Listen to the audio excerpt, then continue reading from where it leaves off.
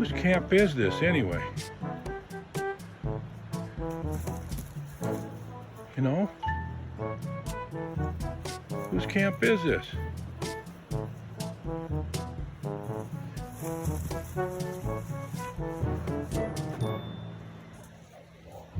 Well, it's another cool morning, cold morning here in Idaho, and I'm excited about today. We're going to run all the baits this morning, and we're just going to hunt anything that's hit. Now, we've only had one bait that's been hit so far, and we're hoping a couple more are hit today. Isaac hunted last night. All he saw was an elk that walked by within 20 yards of him, which was pretty cool, but the bear didn't come. So he's going up to check that on the four-wheeler now. And we got two other baits that we have to take turns checking on the four-wheeler, so him and Virgil are going to take care of those.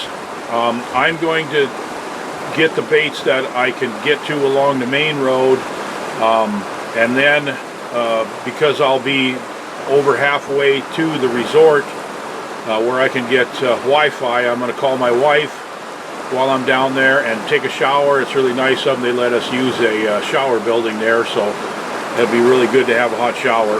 And then I'm going to check the baits that are down this way, and we'll regroup here about noon and decide who's going to hunt where, and hopefully we'll be able to have more than one place to hunt tonight. So we'll keep plugging away at it, and you know, I'm really excited to get down there and try to get my wife on the phone and see how she's doing, because it's like a black cloud that's been hanging over me through the last few days. So stay with us here. We're going to hopefully have some things happen today that'll be really exciting, and maybe at the end of this video we're going to have a dead bear. We'll see. That's what we're hoping for anyway. Okay, this bait's been hit first night. I put some Northwoods beaver caster spray on here. I'm going to check the trail cameras. It looks like kind of a small bear based on the two piles of poop that are here, and also the two piles of droppings that are right here. Are all green, so this is probably the first time this bear this spring has hit this bait, so he's going to start coming back like really consistently, most likely. So I'm going to put a stand up, most likely. I got other baits to check, but I'll probably hunt this one tonight. Well, it's 3 o'clock in the afternoon here, and I just got done putting out another bait. And it's warm. It's actually over 70 degrees. But so I put out a new bait because one of them is out of commission, and another one is probably going to be out of commission because they are working on the road with a big loader and guys in a truck, 2 trucks, and we just had a dialogue about that, and I think I'll just show you the dialogue between the three of us so you understand our decision-making process. So let's just roll that right now. Okay, so I talked to the guy in the payloader, and he's only in there probably a quarter mile. And the 2 Forest Service trucks that we saw go by, that's 2 crews of people that got chainsaws, and they're going ahead of him cutting all the logs out of the way so he can get the payloader up in there. And this is like a long project because they're going all the way up to where, remember, there's 2 spots where water's rushing across the trail and you got to go through water. Okay, so they're going to put new culverts in there, and that's the purpose of what they're doing. So when he's just going up to where those 2 spots are, and he has to repair the road enough to get dump trucks and stuff up in there to fill when they put the culverts in. So I said, you know, I got a bait that's 4.5 miles in there, and we got a trail camera on it, and there's no way on this road that we can get by you. And he says, well, the only option is that you can come in after we leave in the afternoon. And he said he's going to come back out about 3:30, because it takes him a lot longer with the payloader to drive down, and he thinks they'll probably, the Forest Service guys that are cutting trees, he thinks they probably quit at 4 or 4:30, but you'll see them go by here. This is the only way out of here. So he said, we can't keep you out of here. It's public land. We can't stop you from riding your four-wheelers up here, but you're just not going to be able to get by us if we're here. So I would say, as long as we just wait till 4:30 every day, we can either keep the bait up in there, or we can just go pull the camera, and abandon that bait. Okay, so we're not sure what's going to happen with that particular bait. We'll see probably tomorrow morning. But I'm at a bait here that's out on the end of this point, and I talked about it before when I checked it this morning. There's at least one bear on it, and unfortunately in the trail camera, the first picture I got of a bear is just his ear and his forehead as he's walking right up to the camera, and he kind of bit at the camera and moved it to, it's not a very good angle, so I had more activity after that, and then I had more activity again first thing in the morning. There's 3 fresh piles of scat in there, so I'm pretty certain it's more than one bear. And anyway, it's just about 150 yards down the hill here, so I'm going to carry a stand in there and hang and hunt here this afternoon and hunt for the evening. So unfortunately, the bait that Isaac was sitting last night, it was completely wiped out this morning, and then we looked at the trail camera pictures, and it's just a giant swarm of ravens that apparently were able to, the logs are small on this bait, and actually more like sticks, but they apparently got all the bait. There's not a picture of a bear, so a bucket of trail mix and a bucket of pastry, somehow these ravens wiped out every bit of it. But stay tuned here as I'm going to go in. I'm going to put this stand up, and then I'm just going to hunt for the evening. And I wanted to give you an update. I got a chance to call my wife, went down to the resort and used their Wi-Fi to talk to my wife, and I was able to talk to her, which was really good, because the last couple days she couldn't hardly finish a sentence and really communicate very well. But she said yesterday afternoon she was able to get up and go out on the deck and sit in the sun for a little bit, and she ate something. She's got oxygen, and her oxygen levels are improving a little bit, and she's still got a really bad fever. She has not been back in the ER. She was in the ER 3 times over the last couple days, but then now she's actually expressed concern that if she's going to be able to go to work and do payroll. So obviously her mind is starting to work again, and so that was really encouraging. It'll help me sleep a little better tonight. So anyway, let's go in here. I think I got a really good chance of killing a bear here tonight. Here we go. All right, I'm settled in here.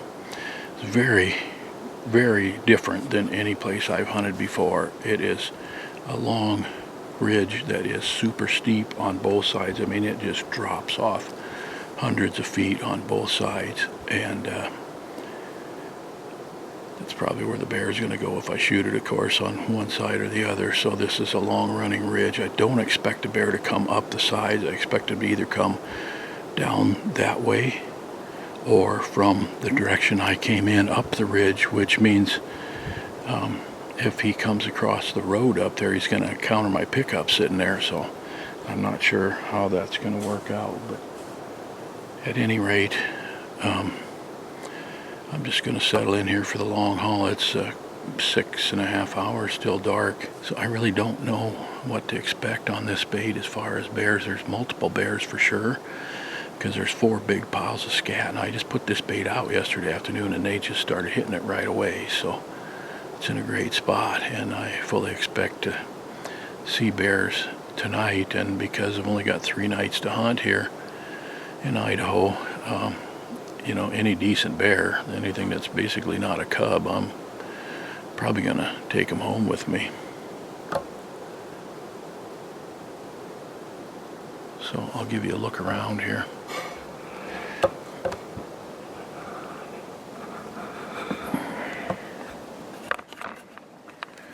You probably can't really tell from video, but that just drops straight down there, hundreds of feet.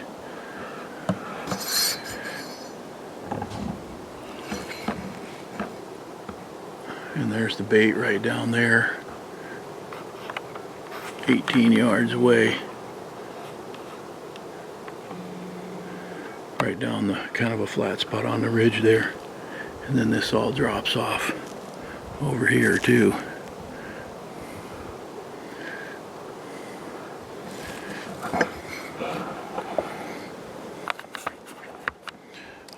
Alright, so I guess we'll just see what happens here as the evening wears on, and hopefully you'll see some bear fur here in a little while. Seriously, there's a bear coming already.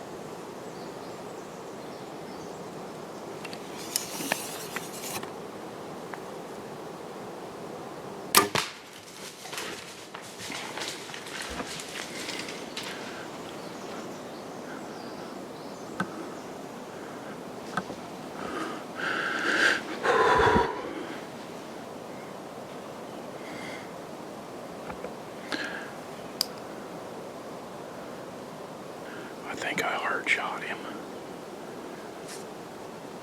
That was weird because he just ran straight down the hill about, 30 yards. I could hear him crash into some brush right there, and then it stopped. I'm like, I could pretty much see where the noise stopped. I think I hard shot him, but I can't imagine that he just literally took about, a dozen leaps and flopped right. I might be able to actually see him. I think that's just a shadow. I don't know. I can see my Luminoc flashing over there. I think I'm just going to give him about 20-30 minutes here. And then just go and look and see what the blood looks like. I first saw him, quite a ways down there. I just could see black moving through the brush. And then he came up here. He was probably within 40 yards of the bait on the other side, and I could just see him through the brush. And then a truck goes by on the road, a white pickup, and literally you could lay down and take a nap in this road most days and not have to worry about it. And wouldn't you know, a truck goes by, you could hear the gravel crunching. It's only 150 yards away. And that kind of freaked him out a little bit, so he kind of backed off. Well, then he circled and went straight down below me, and he was almost hit downwind of me. And then he turned and came back, and he starts working his way back up to bait, directly downwind from the bait. And when he got, like, within 10 yards of the bait, he just got nervous, and he was really looking around. And he didn't like, he could see me up here in the tree, he could see something, he couldn't tell what it was. I'm telling you, I'm convinced this tarnin with, I'll talk more about that some other time, but this tarnin camouflage may be the ultimate camouflage I've been looking for bear hunting for years. Anyway, so he got just kind of fidgety and he turned around, looked like he was going to leave, and so I got the camera on him, and when he turned his head I got drawn, and it looked like I put it right through his heart, so he never actually even got to the bait. But all right, we'll give him 20 minutes and see what happens here. I got major blood all over here.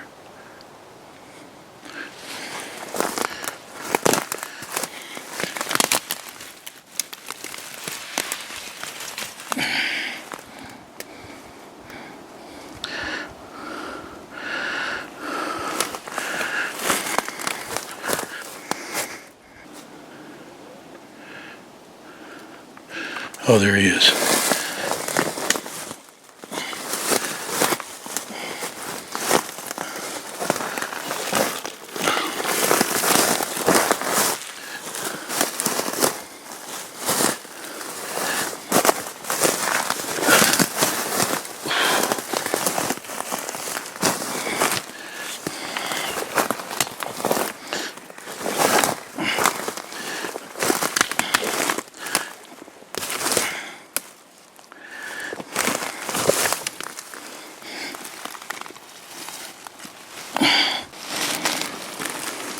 Definitely did hard shooting.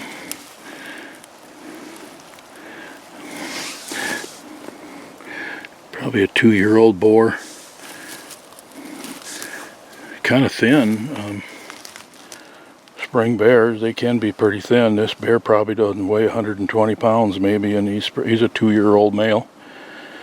Anyway, do it yourself, public land, Idaho. Any bear is a good bear. Whew.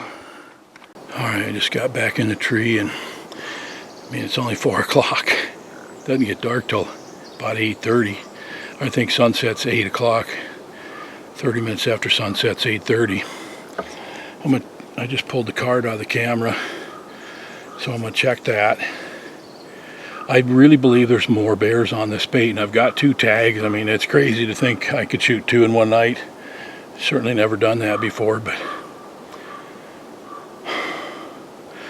that's quite a climb up from where that bear is. So I think I'm just going to sit here a couple more hours before I go skin that one. And look at the cards and see. I've found 4 fresh piles of bear scat in this, right around this bait. And I just put this bait out at noon yesterday. So one bear can't do 4 big piles. So we're going to hang tight here for another couple hours and just see what happens. You never know. Well, I got him up onto this log here, and so we can get a better look at him. I brought my pack board in here. I'm just going to skin him and take him out.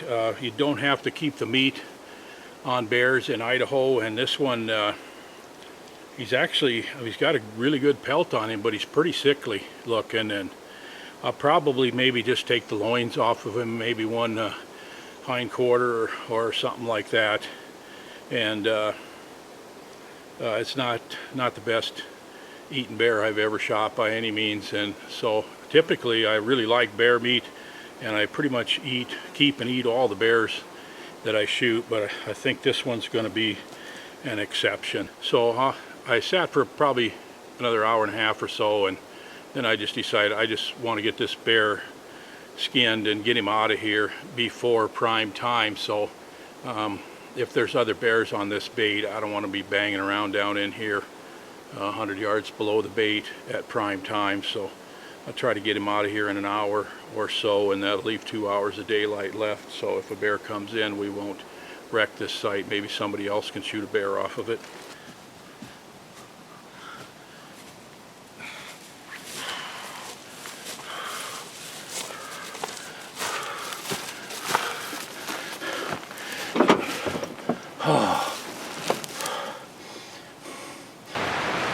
All right, I got my beer here. I got to get it in a cooler here, keep it cool for the next few days until I go home.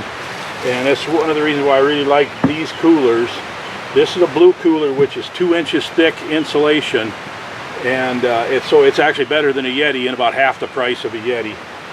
And so I've got ice in the bottom. I've got a layer of ice in the bottom, and then I've just got the bear skin here in this bag, and I'm gonna just put the bag in there and then just put ice on top of the bag as well.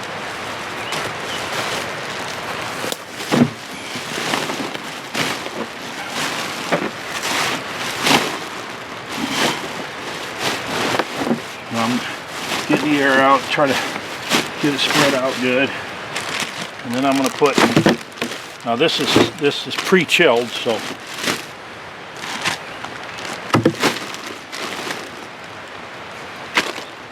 I'm going to put these 2 blocks in. We got ice on the bottom and on top. And if we don't open this cooler, that'll get cold and stay cold for a long time. Another thing I like about these coolers is that they support the police and first responders. I suppose that's why they're called blue coolers.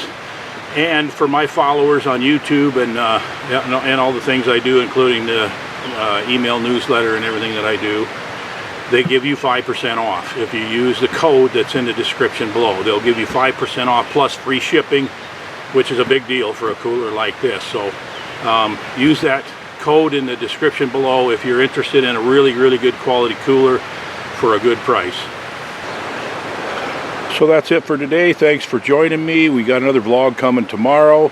We still got bear tags to fill, so appreciate it. Really means a lot to me if you like this video. Hit the thumbs up.